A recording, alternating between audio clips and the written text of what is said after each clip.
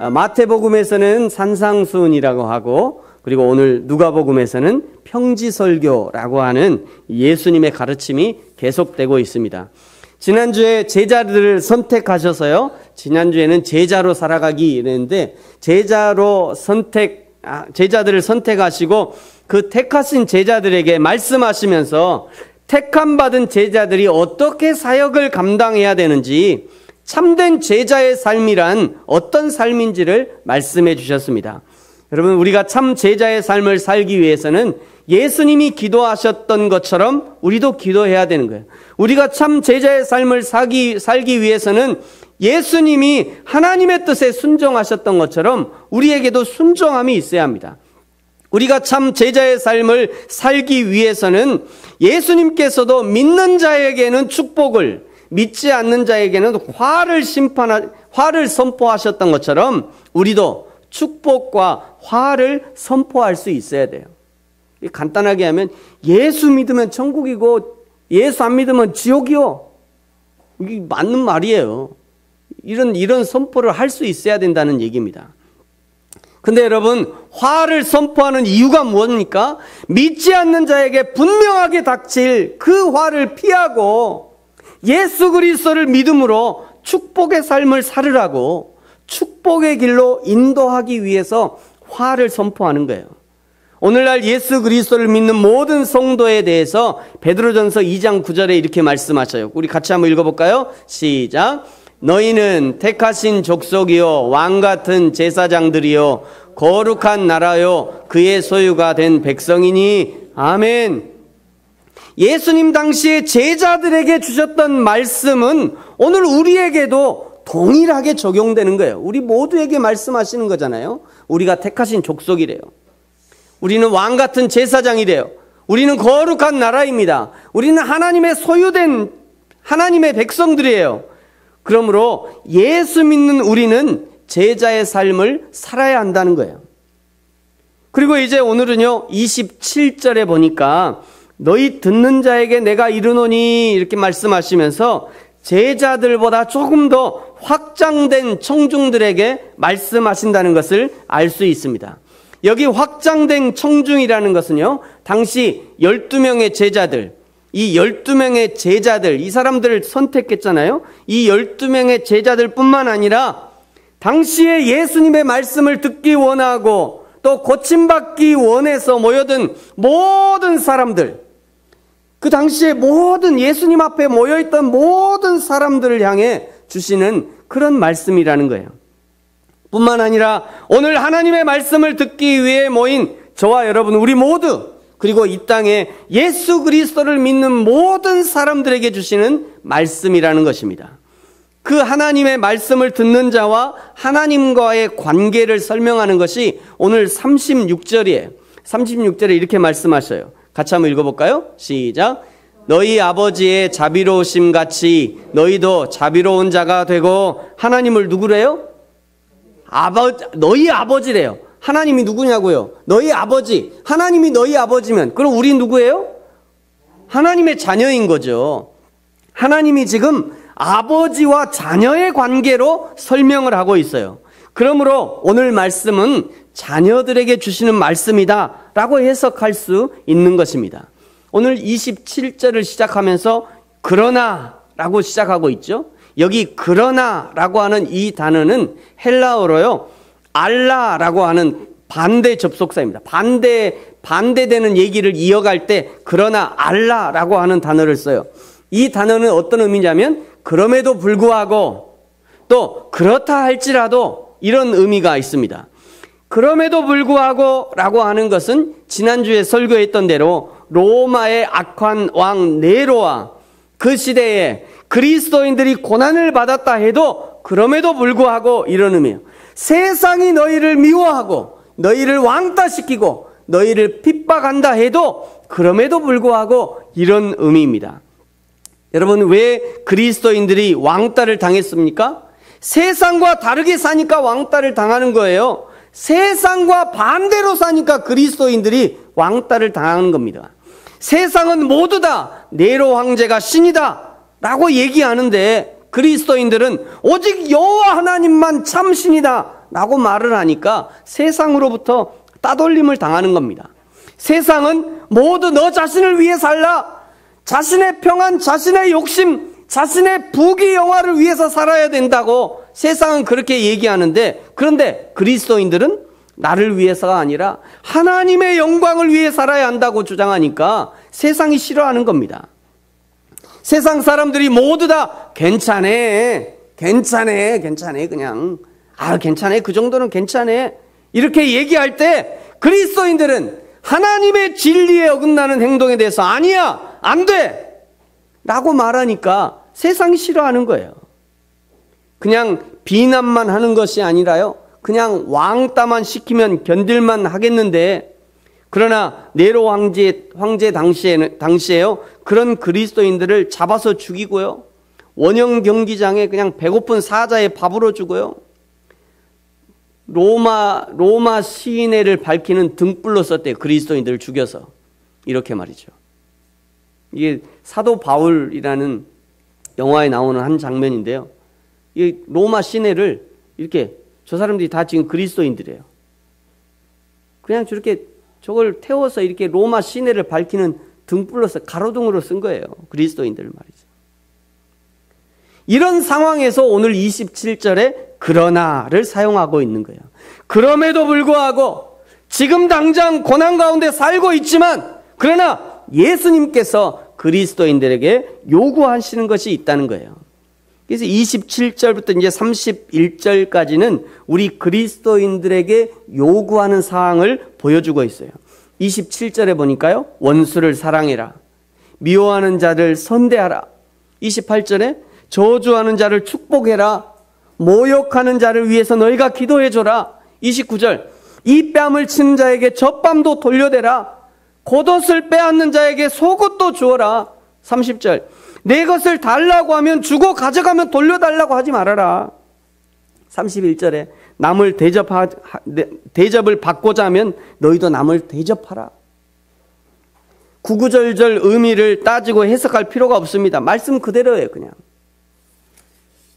그러나 이것은 사실은 구약의 율법적 해석과는 반대되는 요구를 지금 예수님께서 우리에게 하고 계신 겁니다. 레위기 24장에 보면요, 이렇게 말씀하셨어요. 사람이 만일 그 이웃에게 상해를 입혔으면 그가 행한 대로 그에게 행할 것이니, 20절, 상처에는 상처로, 눈에는 눈으로, 이에는 이로 갚을지라, 남에게 상해를 입은 그대로 그에게 그렇게 할 것이며, 여기 그가 행한 대로 그에게 행하라 이렇게 얘기하고 있어요. 누군가로부터 내가 상처를 입었으면 너도 상처로 그에게 돌려주라는 얘기예요. 누군가로부터 내 눈이 찔렸으면 너도 그의 눈을 찔러주라, 이런 얘기입니다. 누군가가 나를 물었어요? 그러면 나도 그를 물어줘라, 이런 얘기예요. 누군가로부터 상해를 입었으면 너도 덜도 말고 그에게 상해를 입은 만큼 그대로 갚아줘라. 이것이 동해보복법, 이렇게 동해보복법이라는 법이에요. 같은 해로 보복해도 된다는 얘기예요. 같은 예로 보복하라는 얘기입니다. 그러나 사실 이 동해보복법은요, 내가 당한 대로 그대로 갚아주라, 여기 방점이 있는 것이 아니라 내가 당한 것 그 이상으로 하지 말라, 이런 의미입니다. 내가 당한 것 그 이상은 하지 말라. 예를 들면 어떤 사람이 내 오른쪽 눈을 살짝 아프게 찔렀어요. 그러면 나도 살짝 그만큼만 아프게 찔러야지 그거보다 더 아프게 찌르지 말라는 얘기예요. 근데 여러분 생각해 보세요. 사람은 누군가 나를 찔렀어. 그러면 내가 찔른 만큼 찔르기 원해요? 내가 아픈 만큼 더 찔르기 원해요? 누가 나를 바늘로 찔렀어요. 그럼 나는 뭘로 찔러야 속이 시원해요? 송곳으로 찔러야 속이 시원해요. 응? 누가 내 손가락 하나 뿌렸어. 그럼 나는 어디를 뿌려버려야 손모가지를 뿌려버려야 속이 시원해요. 그게 우리 인간이라니까요. 우리 애들이 다치다가요, 애들이 놀다가 유치원 애들이 다치다가 우리 애가 손이 하나 어디가 비었어. 얼굴에 상처가 났어. 그러면 당장 달려가서 어떻게 해줘야 속이 시원해요? 얘기하지 마세요, 거기는. 그게 우리 인간이에요. 그게 우리 인간의 그 죄성이란 말이에요, 그게 우리 인간의 죄성이에요. 우리 속 깊이 그런 죄에 물들어 있는 거예요. 우리가 말이죠. 그러니까 예수님께서 그것을 사실은 이 동해보복법은요, 동해보복법보다 이 누가복음, 마태복음이나 이 신약에서 예수님의 율법은 이 이전에 우리가 알고 있던 그 율법의 해석보다 한 차원 더 높여놓은 거예요. 누가 이 뺨을 치면 너도 저 사람의 뺨을 치러 달려가지 말고 오히려 너의 이 뺨을 돌려대라. 훨씬 어려운 거죠. 누군가 내 옷을, 겉옷을 빼앗가면 나도 저 사람의 겉옷을 빼앗아야 속이 시원한데, 그런데 예수님은 그 사람이 너의 겉옷을 뺏어갔냐? 그러면 너의 속옷까지 차라리 가져가도록 내줘라.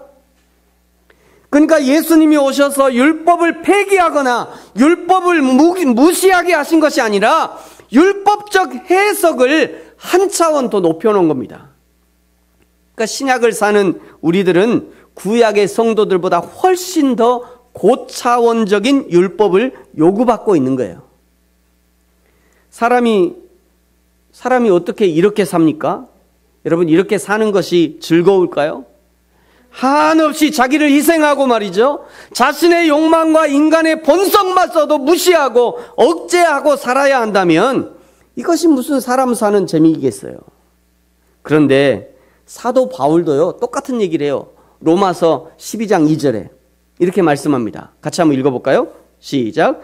너희는 이 세대를 본받지 말고 오직 마음을 새롭게 함으로 변화를 받아 하나님의 선하시고 기뻐하시고 온전하신 뜻이 무엇인지 분별하도록 하라. 아멘. 이 세대가 어떤 세대입니까? 원수는요, 세상 끝까지 쫓아가서라도 이게 원수를 갚아줘야 시원한 세상이에요. 누군가 나를 미워한다고요? 그러면 나도 그를 저주해버려야 그냥 시원해요. 나를 누구가 모욕해요? 너의 인격을 그냥 짓밟아줘야 시원한 세상이라니까요. 누가 내 뺨을 친다고요? 그 손이 내 뺨에 닿기 전에 그냥 나도 때려주고 그냥 침을 뱉어줘야 속이 시원한 세상이에요. 여러분, 보복 운전하는 거 보세요. 자기 앞에 끼어들었다고 그냥 고속도로까지 쫓아가서 그냥 보복 운전을 하잖아요. 그래야 시원한 세상이라니까요. 세상이 그렇게 흘러가고 있어요. 그것이 이 세상 사람들의 습성이에요. 그러나 그리스도인들은 그런 세대를 본받지 말라고 말씀하시는 거예요. 이 세대와 반대로 살아야 된다고 얘기하는 거예요. 여러분, 어떻게 이 세대와 이 세상과 반대로 살 수 있을까요? 로마서요 8장 2절에 보면 이렇게 말씀합니다. 이는 그리스도 예수 안에 있는 생명의 성령의 법이, 이 생명의 성령의 법을 따라야 그 다음에 죄와 사망의 법에서 너를 해방할 수 있다는 거예요. 지금 예수님이 제자들에게 반대로 살으라고 말씀하시는 이유가 바로 여기 있습니다. 그것이 살 길이기 때문이에요. 반대로 살아야 살 수 있어요. 악한 사단 마귀의 법에서 벗어나 죄와 사망의 법에서 벗어나서 영생의 법, 성령의 법으로 하나님 앞에 살기 위해서 반대로 살아야 된다 말씀하고 있는 겁니다. 여러분, 그렇다고 해서 성령으로 사는 법, 성령 충만으로 사는 법을 오해해서는 안 돼요. 성령 충만이란 나의 의지와 나의 뜻과는 반대로 성령 하나님이 나를 완전히 지배해가지고 나의 의지와 나의 뜻을 완전히 무시하고 하나님이 원하시는 대로 그냥 자연적으로 마치 로봇처럼 나 예수 믿으면 날마다 예수 믿으면 자동적으로 사람이 선해지고 예수 믿으면 자동적으로 그냥 법을 지키고 예수 믿으면 자동적으로 남을 섬기는 그런 삶을 살아지는 것이 아니에요. 그것이 성령 충만이 아니에요. 성령 충만이란 성령의 인도하심에 적극적으로 따르는 상태를 의미합니다. 성령 충만이란 내 뜻과 의지보다 하나님의 뜻과 의지가 앞서는 상태를 의미해요. 성령 충만이란 나의 원함보다 성령의 원함을 더 우선적으로 수용하는 상태를 말하는 겁니다.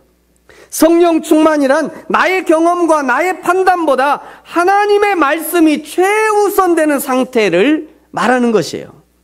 그야말로 데살로니가 전서 5장에서 말씀하신 것과 같은 상황이죠. 성령을 소멸하지 말고 예언을 멸시하지 말고 범사에 헤아려 좋은 것을 취하고 악한 것은 어떤 모양이라 버리라. 이것이 성령 충만이에요. 이 부분은 9월 23일 날 추석 때 제가 설교했던 부분이니까요. 저희 홈페이지에서 추석 때 어떻게 설교하셨나 한번 들어보시면 참고가 될 것 같아요. 이런 삶을 살 때 세상을 본받지 않는 삶을 살 수 있는 겁니다. 이런 삶을 살 때 생명의 성령의 법으로 사는 것이 가능해지는 거예요. 사랑하는 성도 여러분, 지금 저와 여러분의 삶에서 뒤집어야 할 일, 반대로 해야 할 일은 무엇이 있습니까? 혹시 아직 사랑하지 못하는 원수가 있습니까? 아직 선대하지 못하고 미워하는 사람이 있습니까? 아직 그 사람만 생각하면 그냥 우라통이 터지고 분노가 치밀어 오르는 도무지 기도가 되지 않는 그런 사람이 있습니까? 아직 끊어내지 못한 세상적 습관이 혹시 몸에 배어 있지 않습니까? 여러분, 그때 예수 그리스도 안에 있는 생명의 성령의 법에 나를 맡기셔야 합니다. 내가 그 생명의 성령의 법에 따를 수 있도록 나 스스로를 이 생명의 성령의 법 아래로 밀어 넣어야 돼요. 그래야 죄와 사망의 법에서 벗어날 수 있는 거예요. 오늘 이제 31절에 보면요, 우리 기독교의 황금률이라고 하는 말씀이 등장합니다. 우리 31절 같이 한번 읽겠습니다. 시작. 남에게 대접을 받고자 하는 대로 너희도 남을 대접하라. 아멘. 목회자들이 가장 잘하는 부분이 대접받는 거일 거예요. 그냥 교회에 있으면요, 그냥 이 집사님도 와서 목사님 점심 한번 하시죠. 이 집사님도 와서 목사님 저녁도 한번 드시죠. 목사님, 그 다음날은 또 권사님 오셔요. 목사님 점심. 우리 교회가 그런다는 건 아니고요. 그렇다는 거예요. 목회자들이 가장 잘하는 부분이 이 대접받는 부분인 것 같아요. 목회자들이 제일 못하는 부분은 어딜까요? 대접하는 부분을 참 잘 못해요. 목회자들은. 목회자는 늘 대접받는 데만 익숙하기 때문에 누군가를 대접하는 데 참 익숙하지 않습니다. 그런데 오늘 31절이 말씀하는 거예요. 남에게 대접을 받고자 하는 대로 너희도 남을 대접하라. 그래서요, 저도 가능하면 대접을 많이 하려고 애를 씁니다. 많이 애를 써요, 많이. 여러분, 사람이 돈으로만 대접하는 게 아니더라고요. 며칠 전에 저희 노예 목사님, 후배 목사님이에요. 노예 후배 목사님이 자기가 이번에 이제 러시아 선교를 가는데 음반을 좀 만들어야 되는데, 자기가 녹음해가지고 이제 음반을 만들어야 되는데, 목사님 좀 도와주실 수 있냐고 그렇게 연락이 왔어요. 보통 가수들이 CD를 만들면 한 번에 수천 장씩 찍어야 됩니다. 수천 장씩 찍어야 되는데, 아무리 생각해도 이번에 수천 장은 필요 없고 한 500장 정도만 필요한데 목사님 그걸 좀 만들어 주실 수 있냐고 그렇게 연락이 왔어요. 그래서 제가요, 만들어 드렸어요. 이렇게 CD로 이렇게 디자인도 하고요, 라벨도 이렇게 막 붙여갖고 디자인했죠. 어머, 목사님 이런 걸 어떻게 하세요? 그만이 아니라 저만 한 것이 아니라 이렇게 CD 케이스도 사고요, 그리고 이렇게 붙여가지고 앞뒤 표지까지 다 해가지고 완벽하게 해가지고 저희 사모님하고 딸들하고 같이 이렇게 500장 해가지고 보내줬습니다. 500장. 너무 좋아하시더라고요. 10월 7일 날 출국해서 아직도 이제 지금 러시아에서 선교 활동하고 있는데요. 그분들은 음악하는 분들이니까 찬양하고 연주한 후에 저희가 만들어드린 저 CD를 하나씩 선물로 주나 봐요. 그러면 선물로 주고, 그러면서 이제 저희 다 찬양이니까요, 선물로 주고 이거 들으시고 또 나중에 또 교회 오세요 이러면서 이제 전도의 도구로 쓴다고 저걸 가져갔습니다. 그래서 어제 제가 잘하고 있나라고 이제 문자를 한번 보내요. 잘하고 계십니까? 카톡이 세계 어디든지 카톡이 되잖아요. 잘하고 계십니까? 그랬더니 그냥 사진을 한 10장, 한 20장 쭈르르륵 사진을 보냈어요. 그러면서 이렇게 한다고 보고를 하고 이렇게 보고를 했습니다. 예, 저분들이 지금 러시아인데요. 러시아 우크라이나인데 저분들이 다 그 지역의 목회자들이래요. 이전에는 막 마약했던 사람들이 다 예수 믿고 이제 목회자 세미나를 하는 거예요. 저 나라에서 저렇게 목회자들 이렇게 하고 있습니다. 요 앞에 하얀 옷 입으신 분이 저 이제 후배 목사님인데, 저분이 이제 음반을 녹음해가지고 저한테 보내서 이렇게 해줬어요. 거기 찬양하는 모습도 보내. 사람들 저렇게 하는 거예요.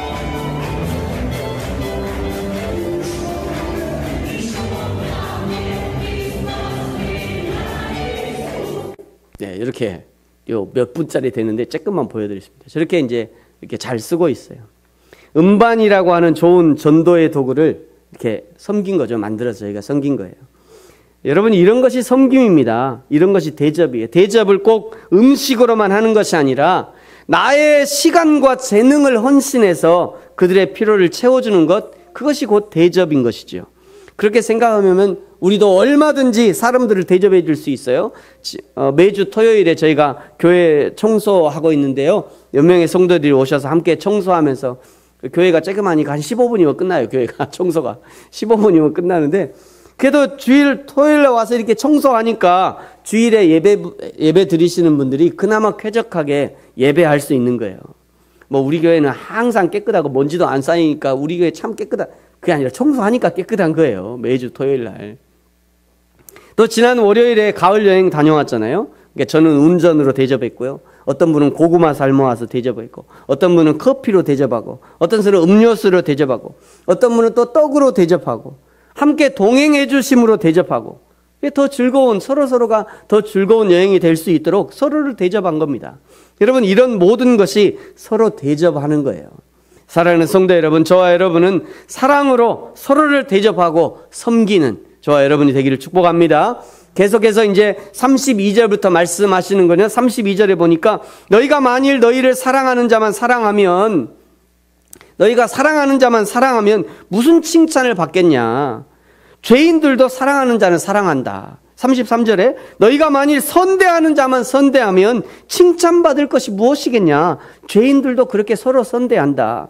34절 너희가 이자의 이득을 바라고 빌려주면 칭찬받을 것이 무엇이겠냐. 죄인들도 다 같이 그렇게 한다.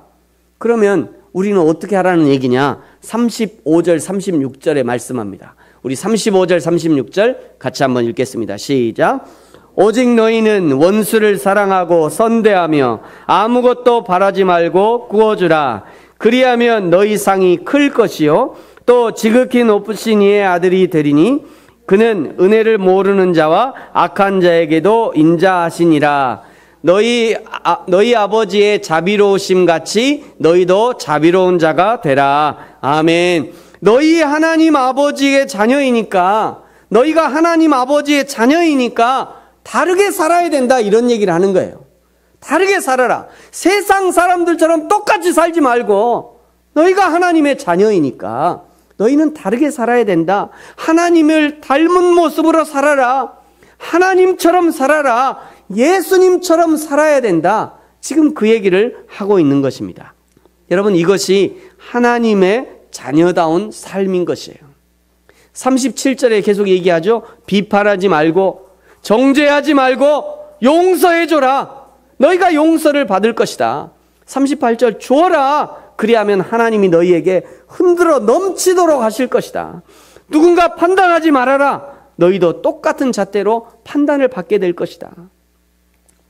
너무도 심플하신 말씀이라 제가 이거를 어떻게 한번 해석해 볼까 했는데 해석할 것이 없어요. 그냥 말씀 그대로예요. 그냥 말씀 그대로.